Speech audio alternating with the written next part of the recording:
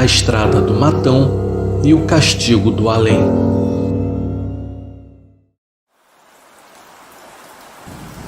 Boa noite, o meu nome é Alexandre. Eu já enviei um relato vivenciado pela minha mãe, mas dessa vez eu irei contar um caso que aconteceu com meu avô. Isso foi há várias décadas atrás. A minha mãe também lembra disso com muita cisma e foi mais ou menos assim. Lá pelas bandas do município de Natividade, uma das minhas tias, que morava em um sítio um pouco afastado da cidade, havia entrado em contato com meu avô e pediu se ele poderia ajudar o genro dela a amarrar a cerca da propriedade. Em troca, o marido dela ajudaria o meu avô em alguma tarefa caso fosse necessário. Naquela época, esse tipo de troca de favores era comum, especialmente entre amigos e parentes. O meu avô concordou e combinou de ajudar assim que terminasse de cuidar da plantação em suas terras. O dia passou rápido e, depois de fazer tudo o que precisava, ele se preparou para ir até o sítio da filha, como combinado. Já estava ficando tarde, perto do pôr do sol. A minha avó pediu que ele deixasse para ir no dia seguinte. Ela disse que o trabalho renderia mais com a claridade do dia, mas o meu avô não quis saber. Disse que não tinha problema em ir naquele horário e que dava conta do trabalho mesmo durante a noite, pois era só acender as lamparinas e resolvia tudo. As pessoas antigas eram muito supersticiosas e a minha avó não era diferente. Ela acreditava que não era de bom agouro andar durante a noite pela estrada do Matão. Mas não adiantou falar nada, pois o meu avô foi assim mesmo, andando quilômetros e quilômetros até chegar à casa da filha. Até a metade do caminho foi tudo tranquilo, mas quando chegou em um ponto da estrada onde havia uma grande pedra na lateral, algo bizarro aconteceu. Do nada, o meu avô se lembrou do falecido fazendeiro e delegado muito conhecido da região, chamado Firmino Pascoal. Ele sempre pegava aquela estrada com a sua mula preta.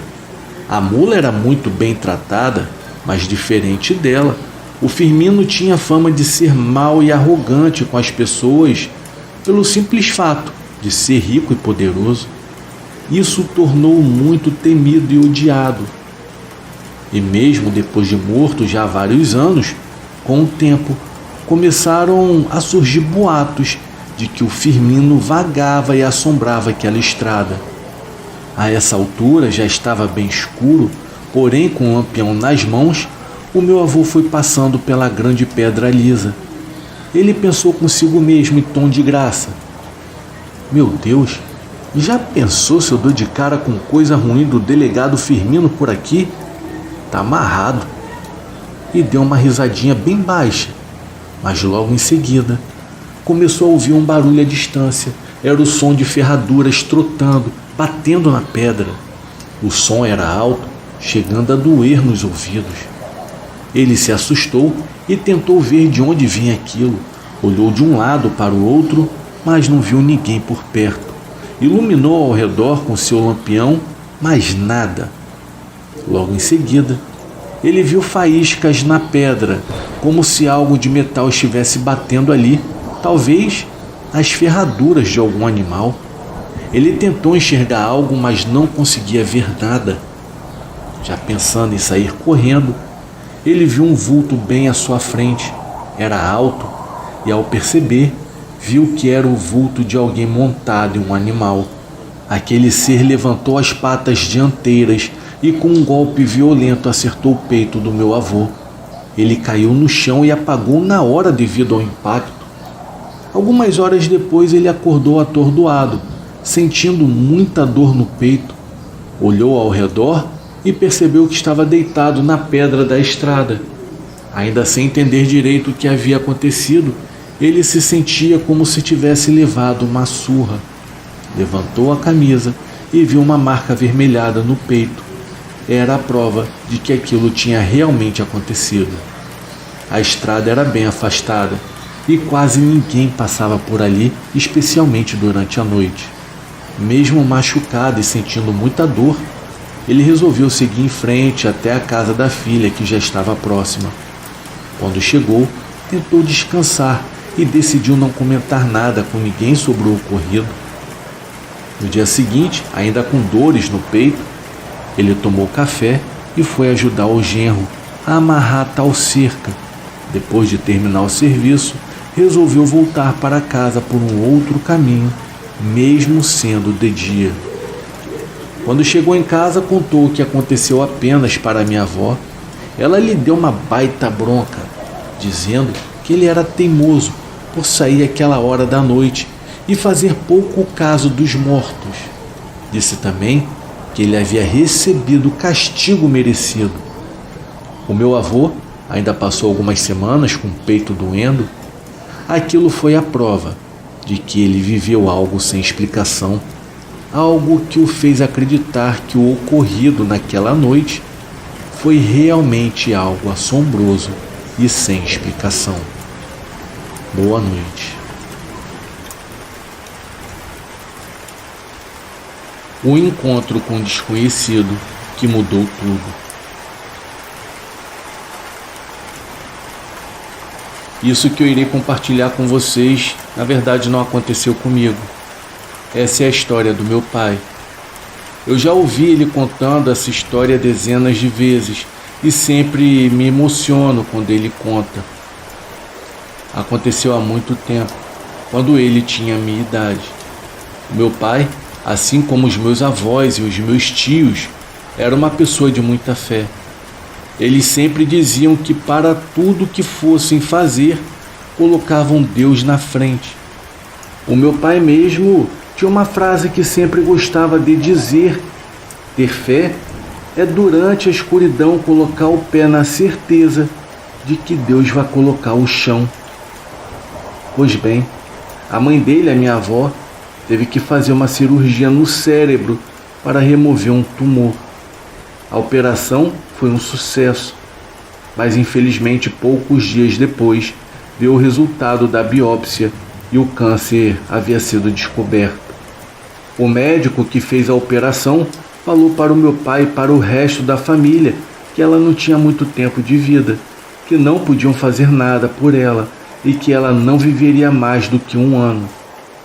Naquela época as tecnologias eram bem diferentes e a medicina não tinha os recursos que tem hoje.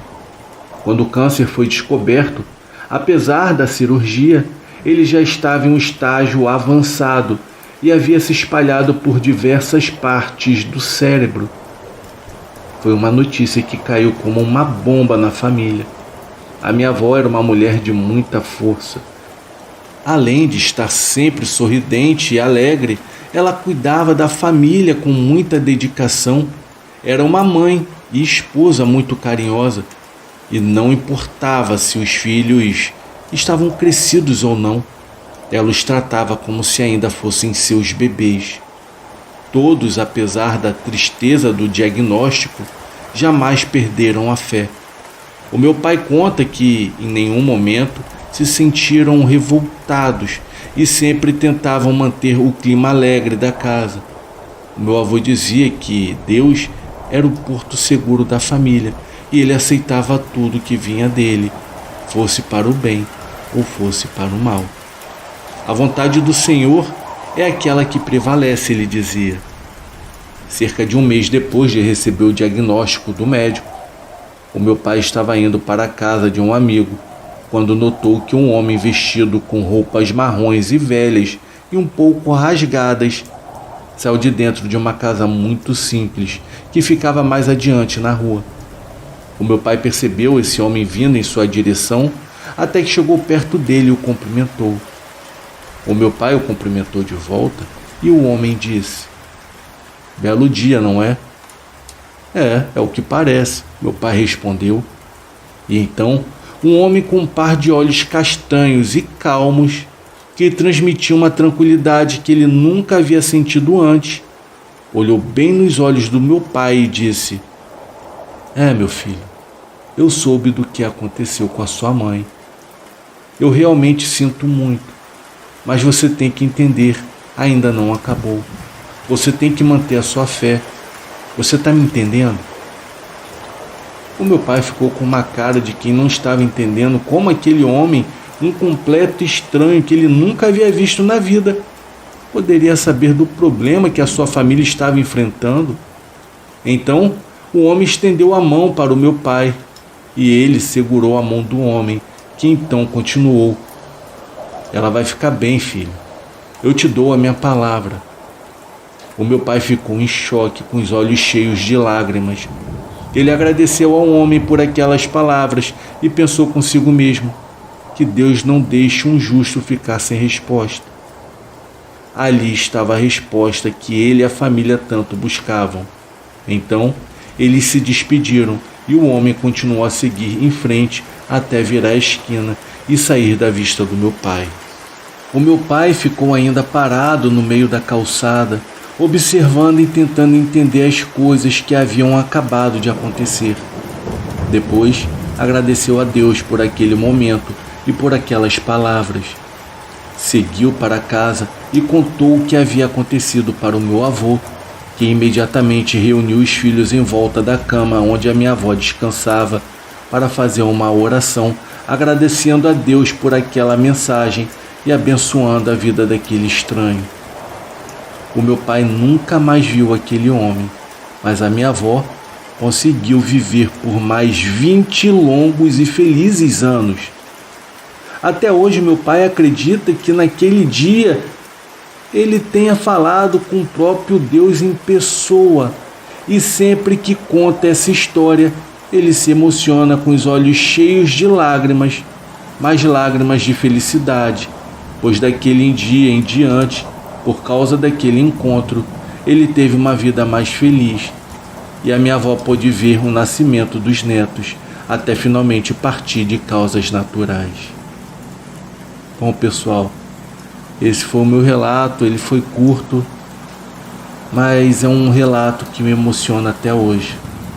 Eu desejo a todos uma ótima noite.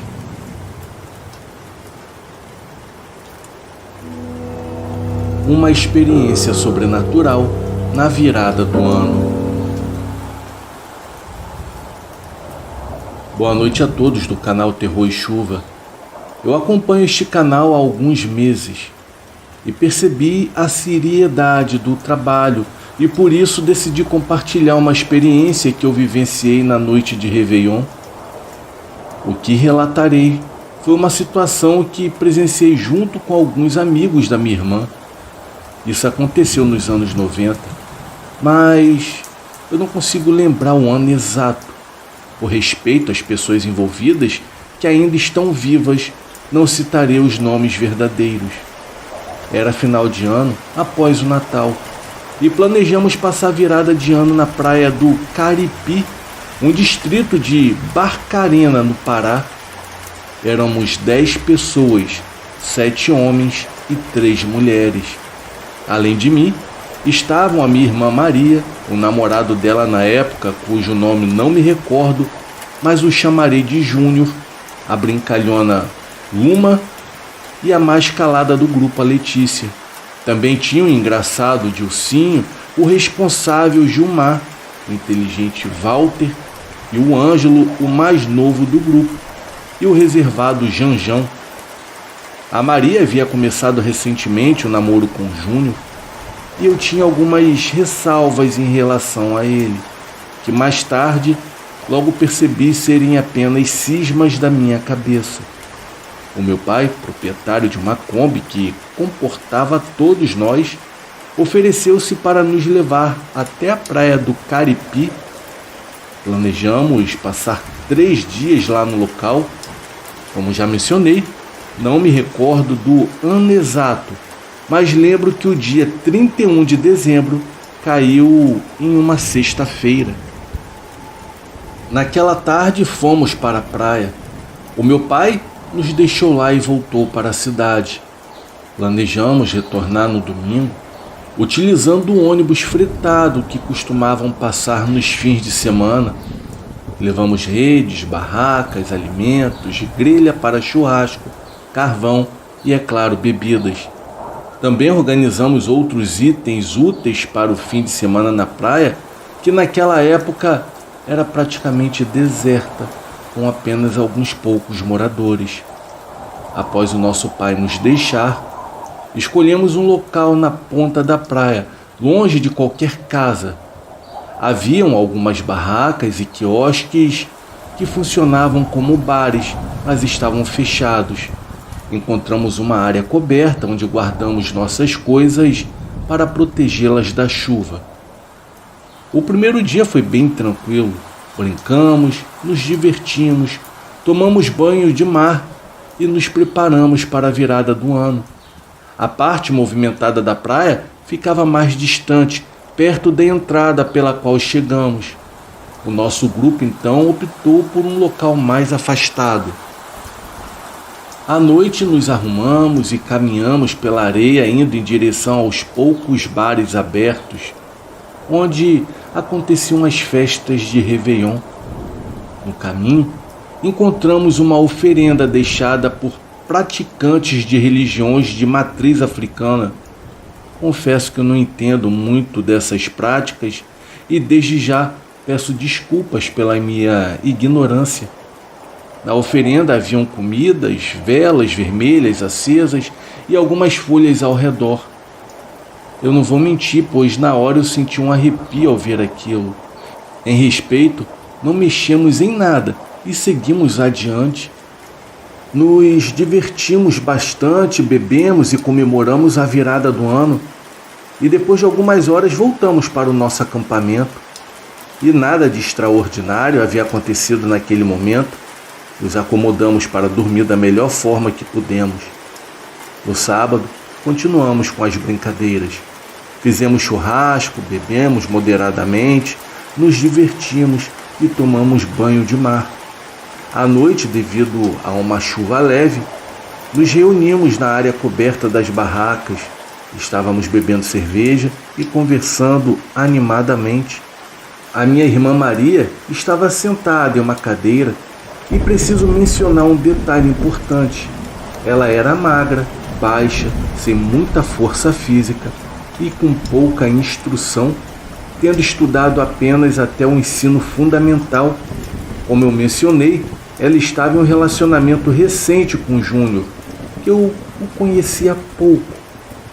De repente, sem aviso, a Maria começou a se comportar de forma estranha. A sua voz mudou, tornando-se mais grave, e ela passou a falar como se fosse uma outra pessoa, dirigindo-se a Júnior de maneira ameaçadora. Ela ordenava que ele se afastasse dela, falando como se estivesse em terceira pessoa. Você, afaste-se dela. Você é uma ameaça. Eu te ordeno que a deixe e vá embora. Você não é bem-vindo aqui. A minha irmã Maria começou a se levantar da cadeira e foi preciso que 4 homens a segurassem. Walter a segurava pelos ombros, Ângelo pelos braços e o Dilcinho e o Gilmar seguravam suas pernas. Mesmo assim, ela parecia ter uma força incomum para o seu físico frágil. Era como se estivesse prestes a flutuar enquanto gesticulava e continuava a falar para o Júnior, que permanecia calado e chocado ao ver toda aquela cena. Eu particularmente fiquei atônito. Nunca tinha visto algo daquele jeito. Vale ressaltar que ela estava levemente embriagada, mas nada que justificasse tamanha força. Isso durou cerca de 15 minutos, até que conseguimos acalmá-la e acomodá-la novamente na cadeira, onde ela acabou adormecendo. Minhas amigas, Lúcia, Luma e eu nos afastamos para conversar. Luma desconfiava do Júnior e nunca gostou muito dele. A Lúcia comentou que pessoas ligadas à Umbanda já haviam relatado casos de incorporação espiritual para ela. A sua irmã pode ter sido possuída por uma entidade, provavelmente seu protetor, que quis nos alertar sobre o namorado dela, disse Lúcia. Aquela possibilidade me deixou arrepiado. O clima ficou bem estranho depois disso. Alguns dos grupos tentaram esquecer o ocorrido, colocando música e voltando a beber. mas a sensação de desconforto permaneceu. Mais tarde, cada um foi para o seu canto e dormiu. No dia seguinte, retornamos para casa. Perguntamos a Maria se ela se lembrava de alguma coisa, mas ela disse que não se lembrava de nada. Meses depois, a Maria terminou o relacionamento com o Júnior. E até hoje não sabemos quem ele era realmente e nem o que ele fazia. Aquela cena da suposta incorporação ficou gravada na minha memória por muito tempo. Bom, pessoal, esse é o meu relato. Eu fiquei profundamente impressionado com essa experiência. Se alguém souber explicar o que realmente aconteceu, por favor, deixe-nos um comentário. Muito obrigado e um grande abraço a todos. Fiquem com Deus.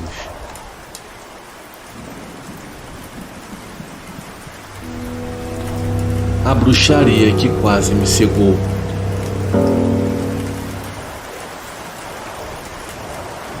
Boa noite, eu espero que esteja tudo bem com vocês.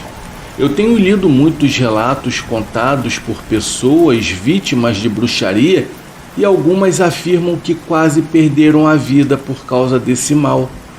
Eu não era muito de aceitar nisso, nunca dei importância e talvez isso tenha sido exatamente o que me prejudicou. Há 3 anos eu venho tratando o meu mal e graças a Deus quase não tenho sequelas, mas é impossível esquecer o que me aconteceu. Pessoal, antes de qualquer coisa, o meu nome é César, sou jornalista aposentado e na época eu trabalhava em um jornal aqui no estado do Rio Grande do Norte, onde moro até hoje. Certa manhã, acordei com uma forte dor de cabeça. Na noite anterior, eu havia ficado até tarde na frente do computador e mais uma vez relacionei isso à minha dor. Porém, aquele dia foi diferente. Mesmo tomando os medicamentos como sempre fazia, em muitos casos a dor persistia. Eu não hesitei e pela tarde fui ao médico para consultar e me deparei com algo novo. Eu estava precisando de óculos. Os dias eram muito corridos para mim, especialmente pelas muitas horas de trabalho que o jornal exigia. E, por sorte, eu consegui fazer tudo o que era necessário para cumprir as minhas obrigações. Então, em uma tarde de quarta-feira, eu precisava buscar os meus óculos no oftalmologista, mas eu estava sem tempo. Foi quando a Júlia, a nova estagiária, teve pena de mim e se propôs a ir buscá-los. Eu agradeci muito e, apesar da minha insistência, ela não quis receber nenhum tipo de pagamento em troca desse favor. Isso eram por volta das 9 horas da noite e a redação do jornal já havia fechado. Mas ela ainda não havia chegado. Eu liguei para ela e ela atendeu um pouco envergonhada, me pediu desculpas e disse que algo inesperado havia surgido e por isso ela ainda não tinha chegado. Ela insistiu que levaria os óculos até a minha casa. Eu disse que estava tudo bem e que não havia problemas. E cerca de 1 hora depois, ela já batia à minha porta. Amigos, eu não quero dar muitos detalhes do que aconteceu lá. Eu apenas direi que ela tentou que algo acontecesse, mas eu não aceitei. Pedi desculpas por isso. Expliquei que eu havia brigado com a minha namorada apenas 2 semanas antes e que a última coisa que eu queria era me envolver novamente com alguém. Ela na hora pareceu compreender, deixou os meus óculos e, assegurando que estava tudo bem, foi embora sem demonstrar nenhum incômodo. Foi então que 4 dias depois, após esse incidente, que começou o meu problema. A dor de cabeça voltou, mas dessa vez com maior intensidade. À tarde, ela já estava insuportável. Eu pedi permissão do trabalho e fui ver o meu médico. Ele verificou os novos óculos e eram exatamente o que ele havia receitado. Então não poderia ser isso. Olha, aquela noite foi bem difícil para conciliar o sono. Eu tomei alguns comprimidos e fiquei acordado por horas até finalmente conseguir dormir. Acordei com o alarme do meu celular e então me levantei. A primeira coisa que eu notei foi que a maldita dor continuava, mas isso não foi a única coisa que eu senti. Amigos, a minha visão estava borrada, muito mais do que o normal. Eu mal conseguia distinguir as coisas do meu quarto.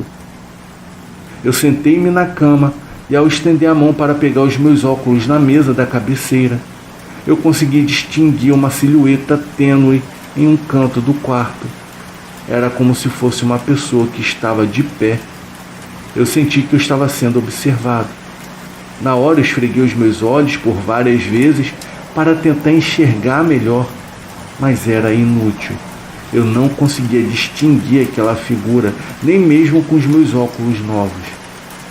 Eu me levantei, acendi a luz e aquilo não estava mais lá.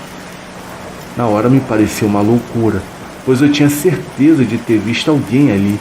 Perto do meio-dia, eu precisei sair do trabalho, pois eu não suportava mais aquela dor. Assim que o médico me viu, ele ficou espantado. Eu não havia percebido, mas os meus olhos agora estavam vermelhos como um sangue. Ele pediu para fazer alguns exames de urgência e horas depois eu fui internado. Eu fiquei sozinho no hospital e durante a madrugada eu acordei assustado ao ver aquela mesma figura que havia visto na noite anterior em minha casa, agora aos pés da minha cama. Aquela visão me deixou apavorado. Não era possível que aquilo estivesse ali também. Eu chamei a enfermeira desesperado com toda aquela situação e quando ela chegou, aquela imagem desapareceu como em um passe de mágica. Os dias seguintes foram piores, pois os médicos não encontravam a origem do meu mal. Eu estava ficando cada vez mais cego e aquela aparição continuava se manifestando no meu quarto. Dias depois, a minha namorada chegou. Ela soube do meu estado e não hesitou em vir me acompanhar. Hoje, posso dizer que graças a ela eu não fiquei cego. Depois de muitas idas e vindas aos médicos, nenhum deles encontrava a solução e eu estava cada vez pior. A minha namorada começou a se angustiar. Então teve um dia que ela chegou ao hospital com uma mulher estranha e a apresentou como sendo sua tia. Mas depois eu soube que ela era uma benzedeira da família. No início eu achei uma estupidez e recusei completamente que ela fizesse algo. Mas mesmo assim, aquela mulher me deixou perplexo com o pedido que fez. Poucos minutos depois de entrar no quarto, ela fixou o olhar nos meus olhos e me disse para eu não usá-los durante aquele dia e que no dia seguinte ela voltaria para fazer uma limpeza em mim. Eu sorri para ela, mas não pude negar o que ela me pediu, pois a minha namorada me implorou quase chorando. Eu sei que pode parecer maluquice da minha cabeça, mas acredite, o que eu vou dizer agora é a mais pura verdade. Apesar daquela dor de cabeça ainda me torturar, eu consegui descansar após tantos dias. Na manhã seguinte, a minha namorada voltou com a sua tia e depois de eu contar que eu me sentia muito melhor, ela me revelou algo verdadeiramente assustador. O motivo do meu mal eram aqueles óculos, pois a estagiária Júlia os havia submetido a uma bruxaria antes de me entregá-los. E a sombra que eu estava vendo era a alma de um homem já cuja terra do cemitério onde ele estava enterrado ela usou para fazer o feitiço. Na verdade, eu nunca soube as verdadeiras intenções da Júlia e nem porque ela quis me prejudicar, mesmo depois eu tê-la rejeitado. Depois de questioná-la sobre o que aconteceu, ela parou de dirigir a palavra a mim. E uma semana depois, ela parou de trabalhar na redação do jornal. Hoje em dia eu estou casado com aquela que antes era minha namorada. Eu deixei de lado toda essa incredulidade que eu tinha e dou fé que bruxaria existe sim, embora muitas das vezes soframos por ela, sem nem ao mesmo conhecermos os motivos. Bom pessoal, esse é o meu relato. Primeiramente, eu agradeço ao canal Terror e Chuva por tê-lo compartilhado com vocês. Do fundo do meu coração espero que gostem. E fiquem de olho, pois a feitiçaria ela existe. e muitas das vezes ela é para o mal. Abraço a todos. Relatos de um passado assombrado. Saudações a todos. Eu sou Emília e quero contar uma série de relatos paranormais. O que eu irei compartilhar com vocês aconteceu na verdade com meu pai e comigo. Foi durante toda a minha vida, eu estive ligado a eventos paranormais desde muito jovem, tanto que aos 15 anos já nem dava tanta importância a eles. A minha mãe sempre guardou várias histórias de quando eu era pequena e só agora ela se animou a contá-las. Bom, eu espero que vocês e os seus inscritos gostem do que eu irei compartilhar. Os meus pais são de uma cidade do interior. Quando meu pai se formou em enfermagem devido às poucas oportunidades de trabalho, ele decidiu se mudar para a cidade onde moramos até hoje. A minha mãe era muito jovem quando eu nasci, tinha cerca de 21 anos de idade, enquanto meu pai tinha 26 anos. Logo que chegaram à cidade, começaram a trabalhar, chamaram a atenção de todos os habitantes. É importante dizer que era uma cidade muito pequena, onde todos se conhecem. Entre esses habitantes, havia uma senhora que tinha fama de ser uma bruxa. Meu pai não acreditava em esoterismo, bruxaria ou qualquer coisa relacionada. Ele, na verdade, era um homem bem cético. Porém, tudo mudou quando um dia essa senhora apareceu no hospital e foi ele quem a atendeu. Segundo meu pai, isso aconteceu na semana em que eu nasci. Essa senhora o cumprimentou, não só a ele, na verdade, cumprimentou a todos e perguntou sobre um paciente.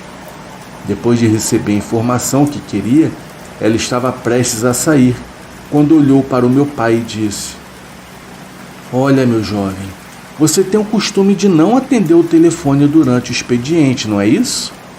Mas esta semana é bom ficar atento, pois senão você pode perder o momento do nascimento da sua filhinha.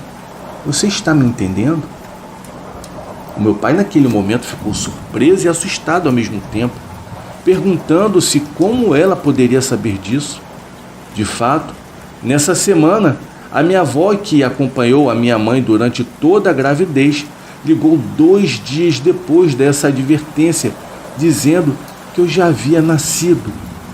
O que ninguém conseguiu entender foi como aquela mulher sabia que eu nasceria naqueles dias, já que a data prevista para o meu nascimento era dali a 2 semanas. Foi nesse momento que a mente do meu pai começou a se abrir para a ideia de que há coisas além da nossa compreensão. No início, meu pai se esforçou para conseguir uma casa maior para vivermos os 3. Ele encontrou uma casa bem barata, que ninguém alugava, mas não perguntou o motivo, o que foi um terrível erro. Segundo a minha mãe, a casa parecia se manter em pé por milagre, pois estava em ruínas por dentro e por fora. Tinha um pequeno quintal, uma mini cozinha, um quarto pequeno e um banheiro. Apesar disso, tudo parecia bonito e era a nossa primeira casa juntos em família. Essa felicidade, no entanto, durou pouco, pois durante a noite o lugar se tornava muito frio e sombrio. As 12 semanas seguintes foram, segundo os meus pais, um verdadeiro inferno. Eu não parava de chorar à noite, especialmente quando me colocavam no berço. O meu pai dizia que eu parecia ver alguma coisa e que me incomodava. Eu nunca conseguia dormir bem naquela casa. Após cerca de 3 meses, tivemos que nos mudar para uma outra casa. Essa nova casa era mais bonita e espaçosa. Tínhamos vizinhos, mas também não conseguimos ser felizes lá, pois coisas piores começaram a acontecer. Teve uma noite que os meus pais foram se deitar comigo no meio, já que nem sequer tínhamos uma cama. Dormíamos em um colchão no chão. A minha mãe, que tem um sono bem leve, despertou ao ouvir um som como passos, mas não eram passos de um ser humano, e sim um animal Ao olhar para a entrada do quarto, ela viu um cachorro. Ele parecia um labrador, porém negro, mas os seus olhos eram vermelhos como brasas. Ele babava, exalando um cheiro fétido, e tinha espuma na boca. O animal rosnava baixo e olhava diretamente para mim. Ele queria se aproximar, mas algo o impedia. Toda vez que tentava se aproximar para me cheirar, eu gritava de dor. É importante dizer que eu não estava batizada na época, mas a minha mãe mantinha um rosário pendurado ao lado do colchão e eu usava uma pulseira vermelha com as 12 verdades e uma imagem da Virgem Maria. A minha mãe diz que o animal tinha um rosto deformado, quase humano, e de repente ele desapareceu. 2 semanas depois, nos mudamos para uma outra casa. Ao chegarmos, fomos parabenizados pelos vizinhos, que disseram que a nova residência era muito bonita e acolhedora. Uma das pessoas que nos cumprimentou foi a tal bruxa, a quem chamava de Paraguaia. Segundo meu pai, ela chegou de carro com o marido e nos presenteou com uma pequena mesa de cabeceira bem trabalhada, com belos detalhes e madeira de excelente qualidade. Ela disse que o presente era destinado a mim, mesmo sendo um bebê. A minha mãe aceitou, achando ser um gesto bondoso. No entanto, foi o início dos meus maiores pesadelos. Quando eu comecei a andar, a minha mãe logo percebeu que eu evitava ficar perto daquele móvel, e ao começar a falar, eu disse algo que a assustou. Mamãe, naquele móvel há um monstro e ele quer me pegar. A minha mãe logo contou ao meu pai, mas ele não deu muita atenção. Então teve um dia, quando ele estava de folga em casa, ele percebeu que eu recusava ir para o quarto. Após muita insistência, ele levou a mesa para o quintal, a quebrou inteira com um machado e depois a queimou. O que eles me contaram é algo que nunca esqueceram. A mesa pegou fogo sozinha, sem necessidade de álcool ou qualquer produto inflamável. As chamas chegaram a 3 metros de altura e alertaram todos os vizinhos. Naquele dia, nos livramos de um grande peso. Até hoje eu não consigo explicar o que havia naquele imóvel, mas sei que ele me causava um terror indescritível. Bom, pessoal, em breve eu contarei mais experiências que meu pai teve como um enfermeiro. Eu espero que tenham gostado da minha história. Um grande abraço a todos e até a próxima.